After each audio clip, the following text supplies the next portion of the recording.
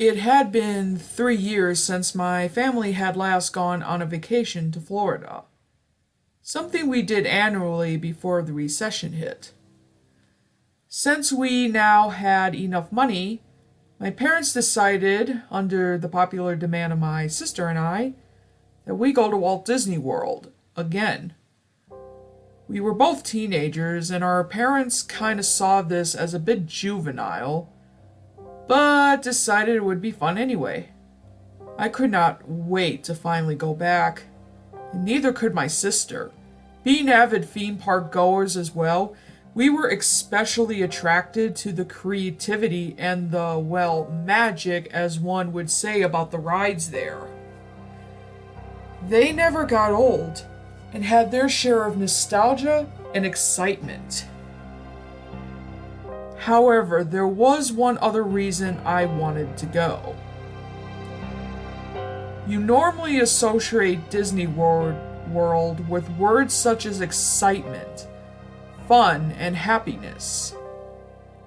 But with these characterizations come counterbalances.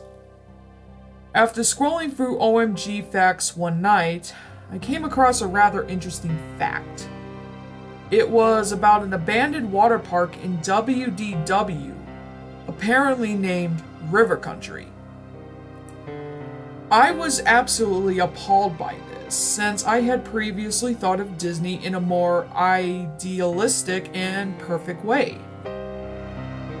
The water park was directly on the shores of Bay Lake, being that huge stagnant body of water adjacent to the Magic Kingdom.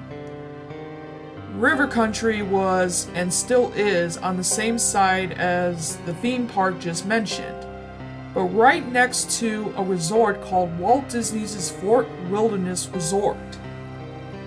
Surrounding the water park on the resort side is a large green wall with signs dotting it.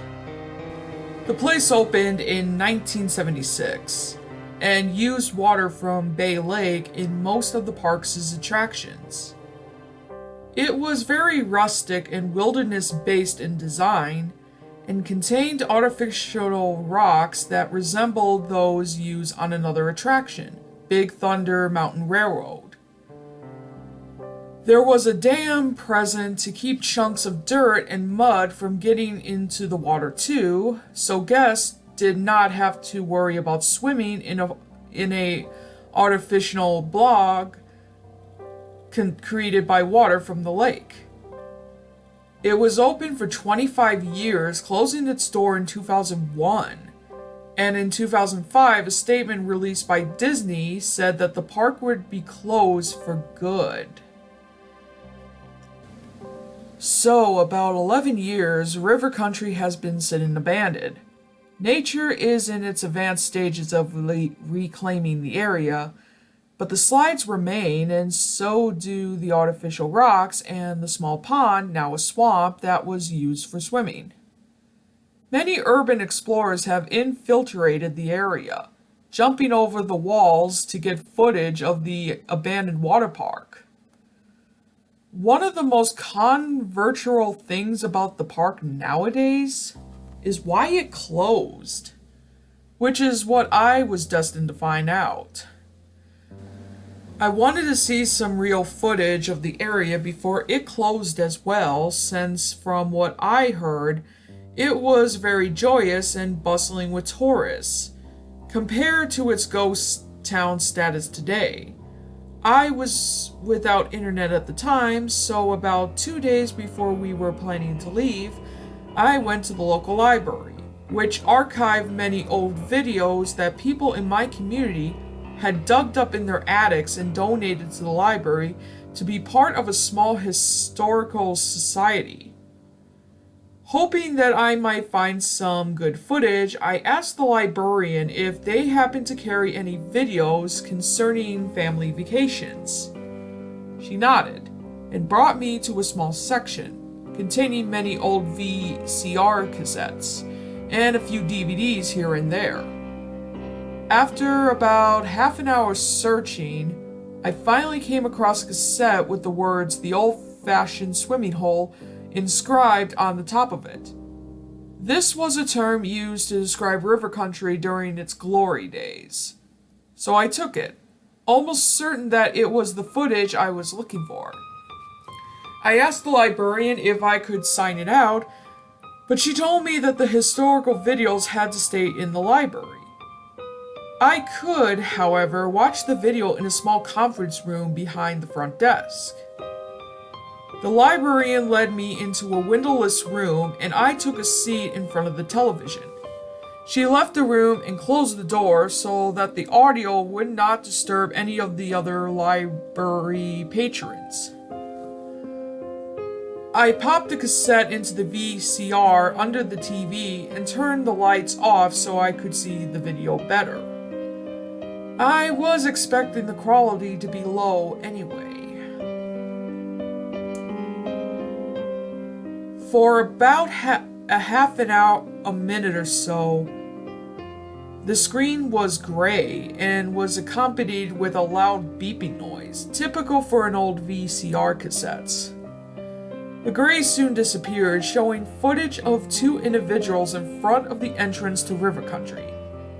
They were both men, and it was either very late at night or very early in the morning, as nobody else was in the park. Very few of the water park's lights were on either.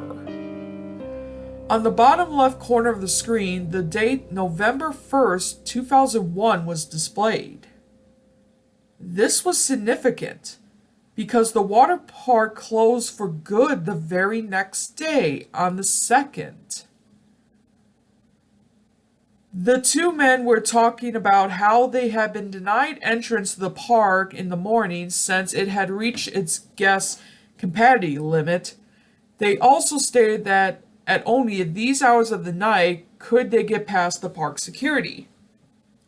The two walked up to the bigger water slides in the park, which led directly into the pond supplied by the green water of Bay Lake. Once they both got to the top of the slide, which was encircled by artificial orange rocks, one man prepared to slide down. The two laughed over what seemed to be an inside joke, and finally the cameraman ended up pushing his friend down. I heard him scream in delight as he descended to the pond. The cameraman then proceeded back the way they came to get to the slides and across a bridge that traversed the small lagoon. He ended up back at the pond's shore where the sound of a splash was heard. This is where the video started to unsettle me a little. After waiting at the shore of the pond for about 3 minutes, nobody surfaced. The cameraman began to cry his friend's name frantically and started to run back to get help at the Fort Wilderness Resort. He stopped abruptly, though, at what seemed to be the kiddie area, a small, shallow pond, on hearing a faint cough. He instantly turned around and saw a barely visible shadow about 10 or so feet behind him. Relieved, the cameraman started to approach his friend, glad he was okay. But again he abruptly halted. The friend's head was hanging down, and he slowly inched it up. The cameraman started to hyperventilate as the features of the other man's face began to show. Crimson, dry blood was caked around his mouth, and some was even dripping off his chin. He was missing all of the hair on his head as well, but one of the most disturbing parts of this image was that there were patches of skin missing that revealed parts of the man's skull and jawbone. And he was even missing his right eye, leaving an empty socket. I became severely nauseous at the sight of this, to the point where I was swallowing my own vomit. My heart also began to race as fear started to settle in my body. As the last minutes of the film approached, the horrendous figure muttered something that sounded like, "There is no hope under the water." With that, the cameraman ran for his life, wheezing and panicking throughout his ordeal. I wanted to turn the television off and run myself, so I bolted to the door leading out of the room. I reached for the doorknob, but paused. The television was giving off the sound of an old furnace found in a basement of a home, just in a softer tone. This tone, for some unknown reason, kept me from moving anywhere. I was just staring blankly at the television. The cameraman was still sprinting, but did not seem to be making any progress. He had ended up back at the large pond where the slide had dumped his friend. You could hear him sobbing softly, fearing for his life. Suddenly, the tape began to gradually slow down as the man frantically looked from side to side. The audio volume, along with the furnace sound, went up as the video lagged. Haltingly, the cameraman turned all the way around and shrieked at the sight of his friend. The video paused on this frame, exposing the caked blood all over the other man's face. The top of his skull bone was now completely exposed, his right eye still missing. His mouth was wide open, and coming from it was what looked like a combination of the water from Bay Lake and bile. This stayed on the screen for about 10 seconds and switched to a black screen, displaying one signal message. The epidemic begins today. Instantly, the power went out, and I was left alone in the darkness of the conference room. I became so terrified, as I could not see a thing, and I could not see the door either. I began to shake in absolute fear. River Country had closed because of this. And it was obvious.